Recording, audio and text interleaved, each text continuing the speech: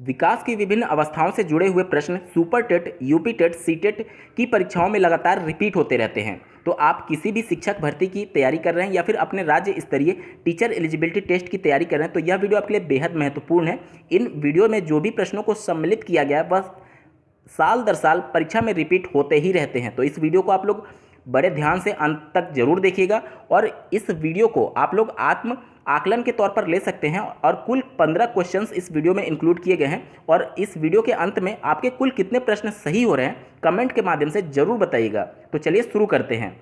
पहला प्रश्न है, मनुष्य को जो कुछ बनना होता है प्रारंभ के 4-5 वर्षों में बन जाता है, यह कथन किसका है? पहला ऑप्शन दिया गया क्रो एंड क्रो, दूसरा फ्रायड, तीसरा हरलॉक और चौथा वैलेंटाइन। इसका सही उत्तर है ऑप्शन नंबर 2 फ्रायड। फ्रायड ने ही कहा था कि मनुष्य को जो कुछ भी बनना होता है वह शुरू के 4-5 वर्षों में ही बन जाता है। अगला प्रश्न है, क्रो और क्रो ने किस शताब्दी को बालक की शताब्दी कहा है? और आपके ऑप्शंस हैं, पहला 21वीं शताब्दी, दूसरा 20वीं शताब्दी, तीसरा 19वीं शताब्दी और चौथा 17वीं शताब्दी।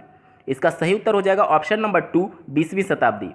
इस वजह से 20वीं शताब्दी को बालक की शताब्दी कहा गया है क्योंकि 20वीं शताब्दी में ही मनोवैज्ञानिकों के द्वारा मनोविज्ञान को व्यवहार का विज्ञान माना गया और ये 20वीं शताब्दी से ही प्रारंभ हुआ कि जो बालक होगा वो शिक्षा के केंद्र में होगा। इसी वजह से 20वीं शताब्दी को ही बालक की शताब्दी के रूप में माना जाता है। तो इसका उत्तर क्या हो जाएगा? ऑप्शन नंबर 2 20वीं शताब्दी। प्रश्न एक बार और आप देख लीजिए, क्रो एंड क्रो ने किस शताब्दी को बालक की शताब्दी कहा था? तो इसका सही उत्तर हो जाएगा ऑप्शन नंबर 2 20वीं शताब्दी। अब बढ़ते हैं अगले प्रश्न की तरफ।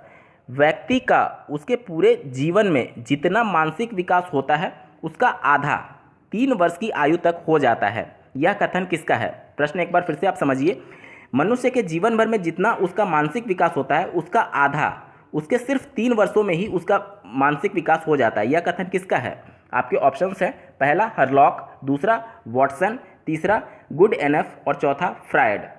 इसका सही उत्तर है ऑप्शन नंबर 3 गुड एनफ। बढ़ते हैं अगले प्रश्न की तरफ। बाल मनोवैज्ञानिकों के अनुसार आरंभ में शिशु में मुख्य रूप से कितने संवेग पाए जाते हैं?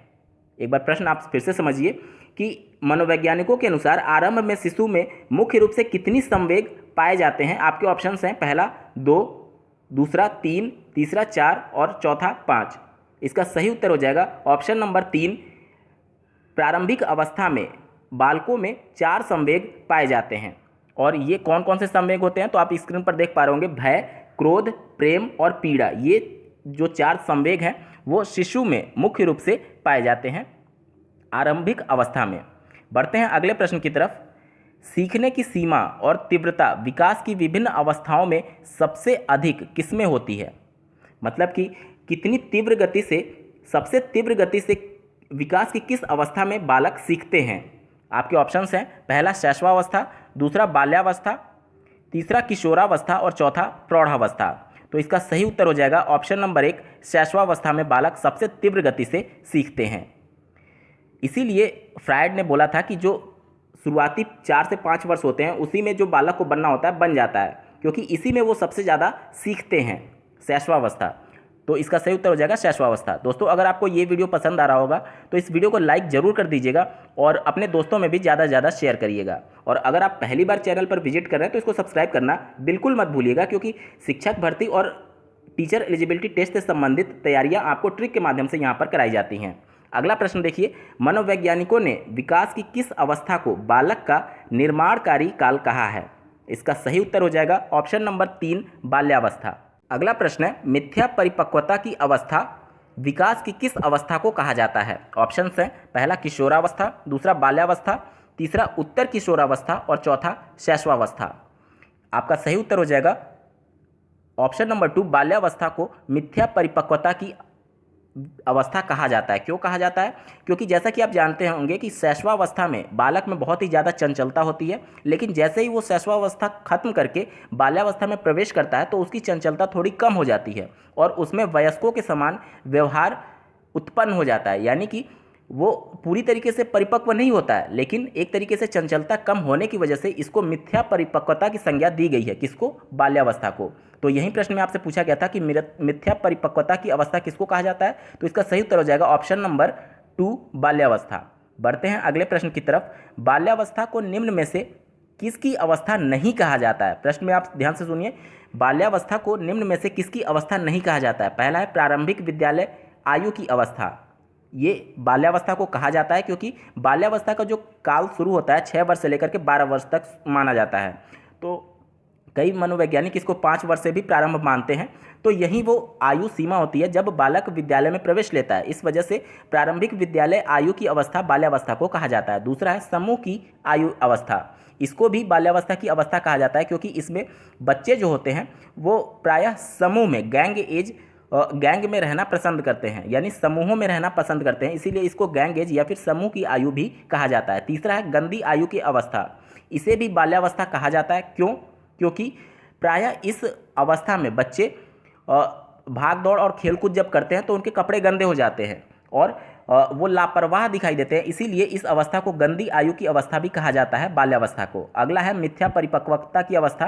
तो रॉस ने बाल्यावस्था को मिथ्या परिपक्वता की अवस्था भी कहा था, यानी कि ऑप्शन नंबर 1 से 4 तक सभी को बाल्यावस्था की अवस्था कहा जाता है। ऑप्शन नंबर 5 देखिए, उपयुक्त सभी को बाल्यावस्था की अवस्था कहा जाता है, यानी कि आपसे प्रश्न में नहीं पूछा था तो जो भी ऑप्शंस आपको दिए गए हैं सभी सही हैं, यानी 1 से 4 तक सभी बाल्यावस्था की अवस्था को ही कहा जाता है। तो यहाँ पर ऑप्शन नंबर 5 सटीक लग रहा है कि उपयुक्त सभी को बाल्यावस्था की अवस्था कहा जाता है, ये इसका सही उत्तर हो जाएगा।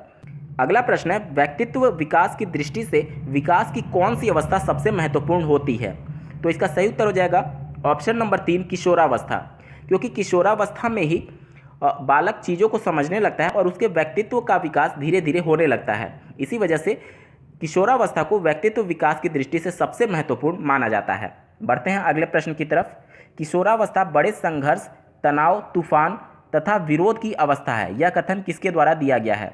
ऑप्शंस आपके दिए गए हैं। पहला 1 वॉटसन, दूसरा क्रो एंड क्रो, तीसरा स्टेनले हॉल और चौथा हरलॉक। ये प्रश्न ऐसा है जो कि बार बार परीक्षाओं में पूछा जाता है। यूपी टेट 2019 में भी ये प्रश्न पूछा गया था। इसका सही उत्तर हो जाएगा option number 3 Stanley hall. Stanley hall ने ही कहा था कि किशोरावस्था बड़े संघर्ष, तनाव, तूफान और विरोध की अवस्था है। बढ़ते हैं अगले प्रश्न की तरफ। वीडियो को आप लाइक जरूर कर दें अगर आपको कुछ भी हेल्प मिल रही हो। अगला प्रश्न है, बालकों की तुलना में बालिकाओं में किशोरावस्था का आरंभ लगभग कितने वर्ष पूर्व हो जाता है? पहला ऑप्शन है 1 वर्ष पूर्व, दूसरा 6 माह पूर्व, तीसरा 18 माह पूर्व और चौथा 2 साल पूर्व। इसका सही उत्तर हो जाएगा 2 साल पूर्व। अब आप कहेंगे ये कैसे संभव है? देखिए, जो बालिकाएं होती हैं उसमें शारीरिक विकास तेजी से होता है बालकों की अपेक्षा में, और वो लगभग 2 वर्ष पूर्व ही उनके शारीरिक विकास से ये प्रतीत होने लगता है कि ये बालिका है। अगला प्रश्न है, किशोरावस्था में त्वरित विकास के सिद्धांत को मानने वाला मनोवैज्ञानिक कौन है? इस प्रश्न को थोड़ा सा और मैं स्पष्ट कर देता हूँ। किशोरावस्था में विकास के 2 सिद्धांत दिए गए हैं। पहला सिद्धांत ये कहता है त्वरित विकास का सिद्धांत। इसके अंतर्गत कुछ मनोवैज्ञानिक ये मानते हैं कि जो किशोरावस्था में विकास होता है वो त्वरित होता है, यानी कि अचानक हो जाता है, तुरंत हो जाता है। जबकि कुछ और मनोवैज्ञानिक जो है वो ये मानते हैं कि किशोरावस्था में जो विकास होता है वो क्रमिक होता है, यानी कि क्रम से ही होता है जिस प्रकार से अन्य विकास की अवस्थाओं में होता है। तो यहाँ पर कुछ मनोवैज्ञानिक जो आपको ऑप्शंस में दिए गए हैं उसमें से कुछ मानते हैं कि त्वरित विकास होता है और कुछ मानते हैं कि क्रमिक विकास होता है। प्रश्न में आपसे पूछा है त्वरित विकास को मानने वाला मनोवैज्ञानिक कौन है? तो इसका सही उत्तर हो जाएगा option number 1 Stanley hall. Stanley hall ये मानते थे कि किशोरावस्था में विकास जो होता है वो अचानक से होता है, त्वरित होता है। ठीक है, और 2, 3, 4 ऑप्शन यानी कि थॉर्नडाइक, किंग और हॉलिंगवर्थ ये मानते थे कि जो विकास होता है किशोरावस्था में वो क्रमिक होता है, ना कि त्वरित होता है। प्रश्न में त्वरित की बात की गई थी, इस वजह से ऑप्शन नंबर 1 स्टेनले हॉल इसका सही उत्तर हो जाएगा।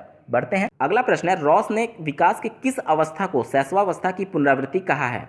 आपके ऑप्शन हैं पूरे बाल्यावस्था, उत्तर बाल्यावस्था, संपूर्ण बाल्यावस्था या फिर ऑप्शन नंबर 4 किशोरावस्था।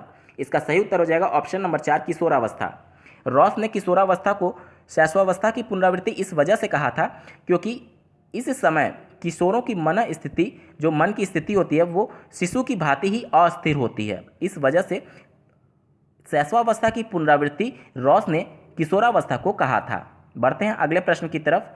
बालक और बालिका एक दूसरे के प्रति विकास की किस अवस्था में आकर्षित होने लगते हैं और रुचि दिखाते हैं? यानी कि बालक और बालिका एक दूसरे के प्रति किस अवस्था में आकर्षित होते हैं, एक दूसरे के प्रति आकर्षण को प्रदर्शित करते हैं? आपका ऑप्शन है पहला 1 पूर्व बाल्यावस्था, दूसरा उत्तर बाल्यावस्था, तीसरा पूर्व किशोरावस्था या फिर उत्तर किशोरावस्था। तो आपका सही उत्तर हो जाएगा ऑप्शन नंबर 4, उत्तर किशोरावस्था में बालक और बालिका एक दूसरे के प्रति आकर्षण प्रदर्शित करने लगते हैं। अगला प्रश्न है, संक्रमण की अवस्था विकास की किस अवस्था को कहा जाता है? तो इसका सही उत्तर हो जाएगा ऑप्शन नंबर 3, किशोरावस्था। दोस्तों, कुल 15 प्रश्न में से आपके कुल कितने प्रश्न सही हुए हैं कमेंट करके जरूर बताइएगा। और आपको ये वीडियो कैसा लगा कमेंट जरूर करिएगा। ऐसे ही महत्वपूर्ण अपडेट्स के लिए इस चैनल को सब्सक्राइब करना ना भूलें। इस वीडियो को देखने के लिए आपका बहुत बहुत धन्यवाद। भगवान करे आपका दिन शुभ हो।